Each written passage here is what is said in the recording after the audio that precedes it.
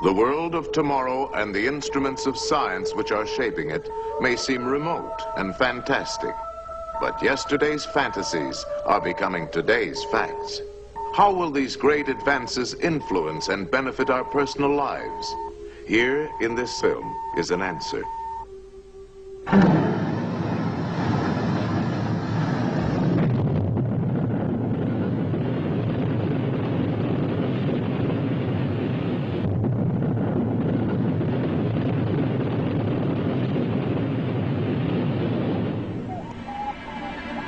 Sweeping through an eternal vacuum, through blazing heat and bitter cold, exposed to mysterious radiation, man-made satellites circle the Earth.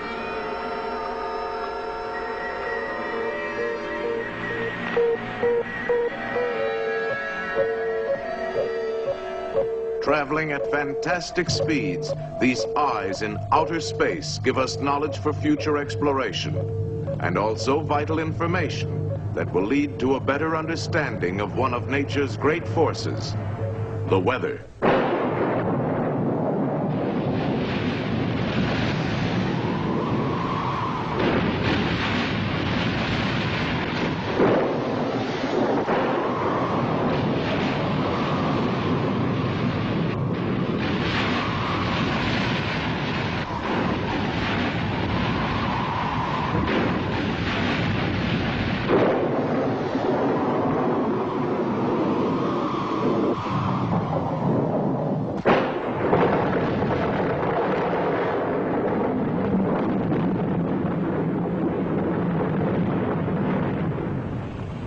With awesome violence and destruction, the weather is one of man's oldest and mightiest adversaries. But in its ever-changing moods, the weather brings us beauty. The weather gives us our daily bread. The weather makes possible all living things. And the weather certainly influences our daily lives.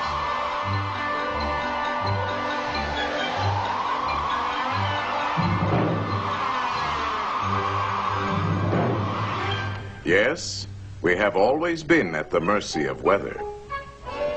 When the weather is nice, we are happy. If the weather is hot and muggy, we tend to be frustrated, irritable, and even criminal. But if the fog rolls in, we are apt to be depressed. Thunderstorms cause fear and apprehension. Icy winds and snow seem to slow us down. In trying to predict these capricious changes in weather, we sometimes resort to rather questionable weather forecasting devices, such as an almanac, a crystal ball, a gouty leg, and the law of average.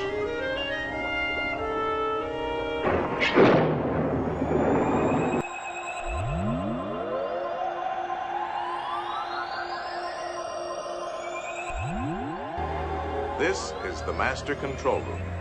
Electronic maps and view screens display up-to-the-minute pictures of the weather around the Earth. Every hour, reports are automatically received from all points at sea, on land, and in the air. 22,000 miles out in space, 3 robot satellites train their sensitive television eyes on all parts of the Earth. These pictures are monitored on viewing screens in the Weather Center.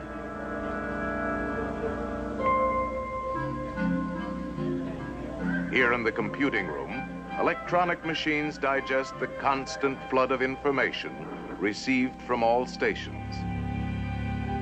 This is then translated into an ever-changing diagram of the Earth's weather. Forecasts for every sector of the globe are made months in advance. Prediction charts have indicated that a powerful hurricane will begin forming today in the Atlantic Ocean. The electronic weather map shows an intense storm system building up about 1,000 miles due east of Miami, Florida. The controller calls for a close-up satellite view of the troubled area. Cocoa 526, Yankee 2.5. Okay, controller. Coco 526, Yankee 2.5. The characteristic swirling clouds of the hurricane are beginning to form. At sea, the waves anticipate the violence to come. The controller calls for a last-minute prediction of the hurricane's path.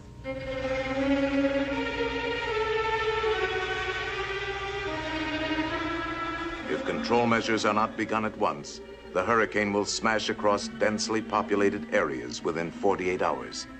11 a.m. EST. A hurricane is forming 960 miles east of Miami, Florida.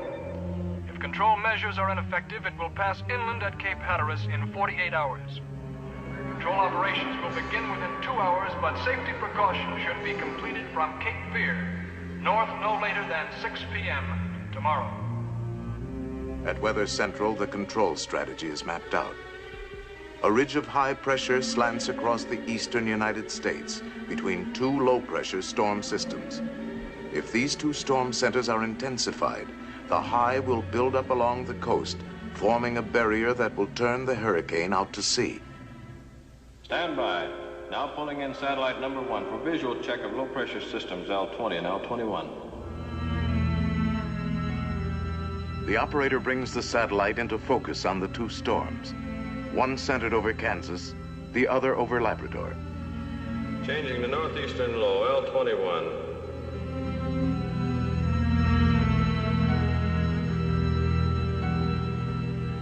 With the touch of a button, the battle begins. On the ground, chemical cloud seeders begin to work the two storm areas. Robot planes seed the clouds from above.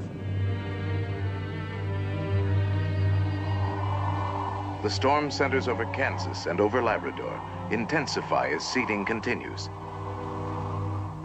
Now changing over to Hurricane Center H8.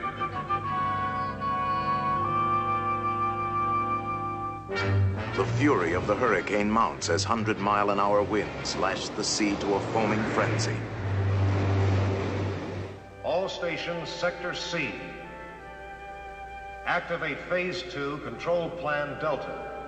Set vapor rockets for 42,000 feet.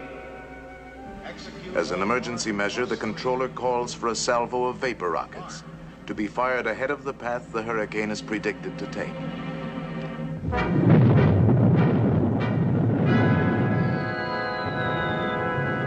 These artificial clouds will block the sun from evaporating more water to feed the hurricane.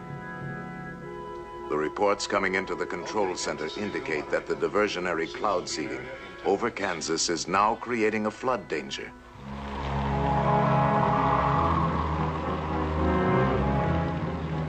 Specially equipped robot aircraft are dispatched immediately to release a high concentration of cloud seeding material into the fringes of the storm. Heavier seeding from the ground also helps to subdue the rain by spreading it over a wider area. The controller calls for another view of the hurricane, which has now moved closer to the coast.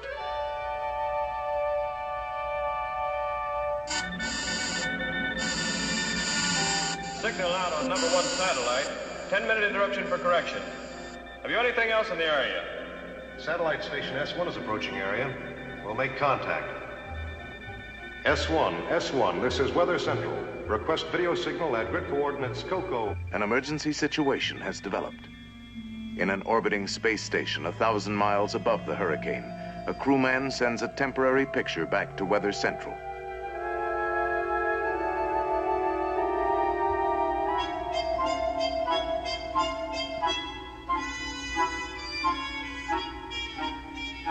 Okay, S1, your video is R5S5. Thank you. The hurricane has stopped moving toward the coast, but is still intensifying. It must be made to move northward and out to sea. This is a crisis. Aberdeen Station. Activate multiple seeding rockets on course 117. The controller decides to fire cloud seeding rockets just ahead of the hurricane, hoping to start it moving.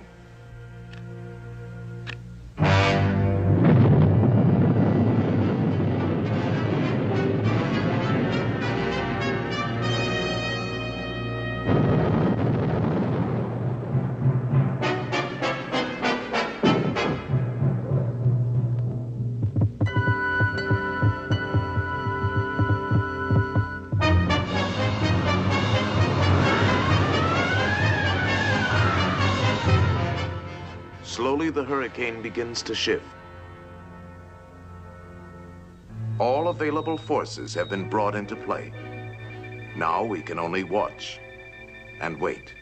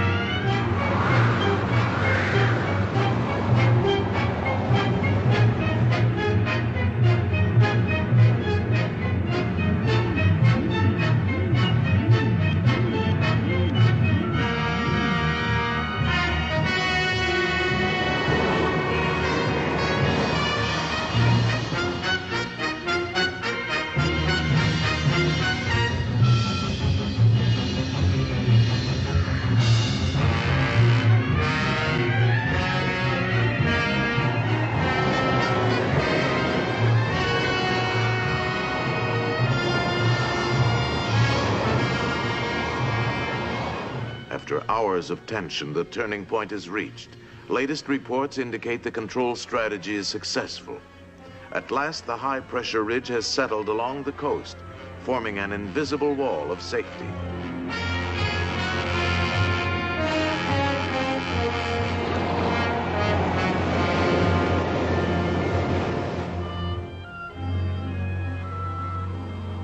The storm is over. The danger has passed. The hurricane has been defeated, turned away from the land, and left to spend itself harmlessly far out at sea. In the world of tomorrow, weather control will enrich and safeguard our daily lives. In the foreseeable future, we will conquer more than violent storms. We will turn the destructive elements of today into new sources of power, shaping the land on which we live. All mankind will benefit. Arid wastelands will be made green and fertile, and vast frozen areas will become productive. To this end, man-made satellites will probe the secrets of the skies. They will be our eyes in outer space.